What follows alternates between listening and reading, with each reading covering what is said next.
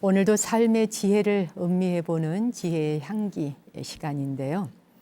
이 화창한 봄날에 좀 어울리는 사랑의 시, 연시라고 하죠. 그런 시를 한 편 골라왔습니다. 청마 유치원 선생님의 행복이라고 하는 시인데요. 사랑하는 것은 사랑을 받는 이보다 행복하나니라.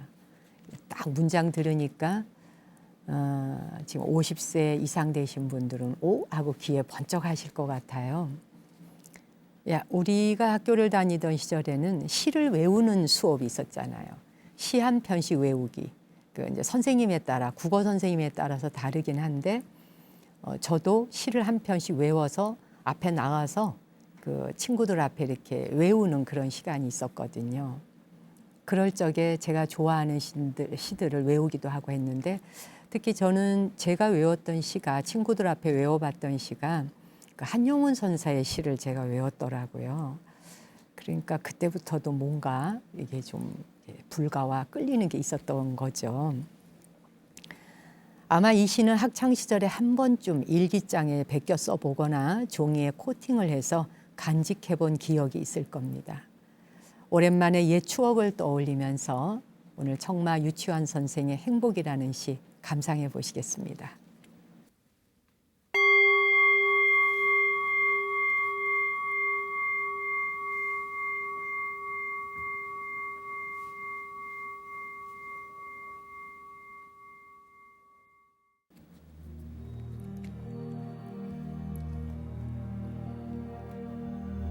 사랑하는 것은 사랑을 받는 이보다 행복하나니라.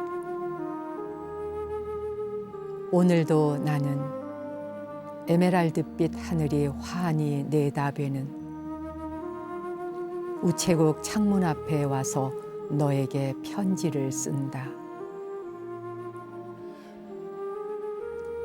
행기를 향한 문으로 숱한 사람들이 제각기 한 가지씩 생각에 족한 얼굴로 와선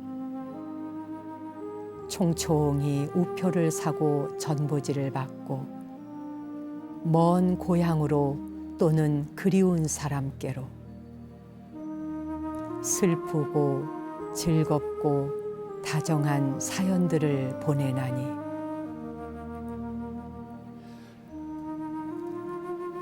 세상의 고달픈 바람결에 시달리고 나부끼어 더욱더 의지 삼고 피어 흥크러진 인정의 꽃밭에서 너와 나의 애틋한 연분도 한 망울 연연한 진홍빛 양귀비인지도 모른다.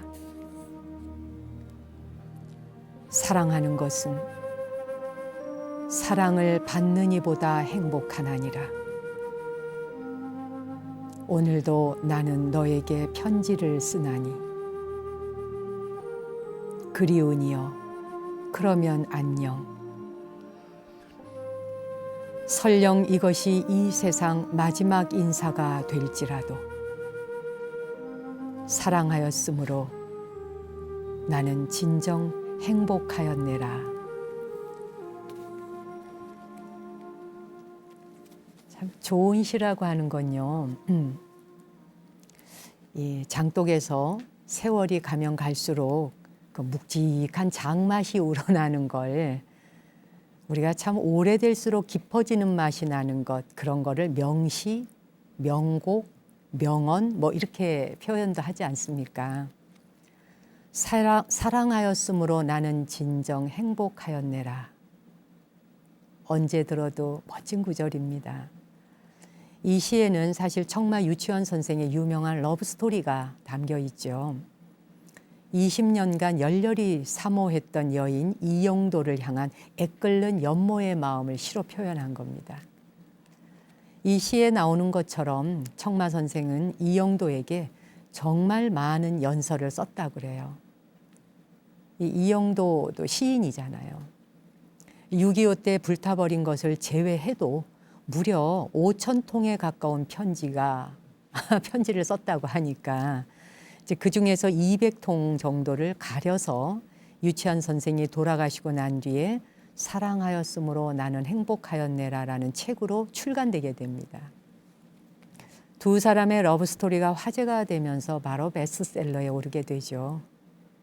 청마 선생은 교통사고로 사망하기 전까지 20년 동안 거의 매일 이영도에게 편지를 썼다고 합니다. 이렇게 많은 편지를 쓸 수밖에 없던 이유가 있었죠. 두 사람이 한 집에 살고 결혼해서 함께 살 수 있었다면 아마 이토록 많은 편지를 쓸 이유도 없고 남아있지도 않았겠죠. 이 두 사람의 사랑은 현실에서는 결코 이루어질 수가 없는 사랑이었던 겁니다. 이영도를 만났을 때 청마 선생은 이미 처자식이 있는 유부남이었고 중년의 나이에 접어든 때라서 운명의 장난처럼 늦사랑을 하게 됐던 겁니다. 당시에 이영도는 남편과 사별한 혼자의 몸이긴 했지만 요즘은 뭐 돌싱이네 뭐 이렇게 싱글이 됐다라고 표현합니다만 그렇게 사별하고 홀로 혼자의 몸이 되었지만 그러나 스스로 높은 도덕률을 가지고 있어서 청마 선생의 구애를 받아들일 수 없었던 겁니다. 통영요정에서 청마는 국어교사로 그리고 이영도는 가사과 교사로 지내면서 어쩔 수 없는 운명 앞에 이 청마는 그의 마음을 편지로 시로 써서 20년을 보냈다는 겁니다. 행복이라고 하는 이 시에 나오는 에메랄드빛 하늘이 환히 내다보는 우체국 창문 앞이라고 하는 이 표현. 실제 청마가 매일 들른 통영 우체국을 뜻하는데요. 비록 두 사람의 이룰 수 없는 사랑 때문에 어쩌면 그래서 더욱더 아름다운 시로 이렇게 남을 수 있었던 거죠. 참 어찌 생각하면 그래요. 지금 이 청마 선생의 시 행복이란 얘기를 들으며 또 이영도 씨와의 사랑 이야기를 들으면서 비슷한 연배에 계시는 분들 그런 분은 고개를 끄덕끄덕하면서 이해하시겠죠.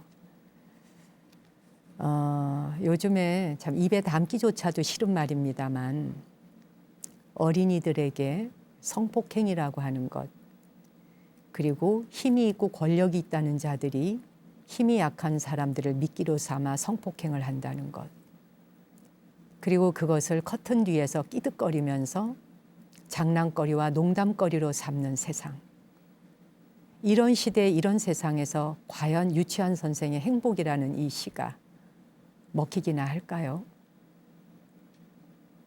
그런데 정말 진정으로 사람의 삶에 가치 있는 것을 굳이 저울 위에 달아보라 한다면 어느 쪽일까요?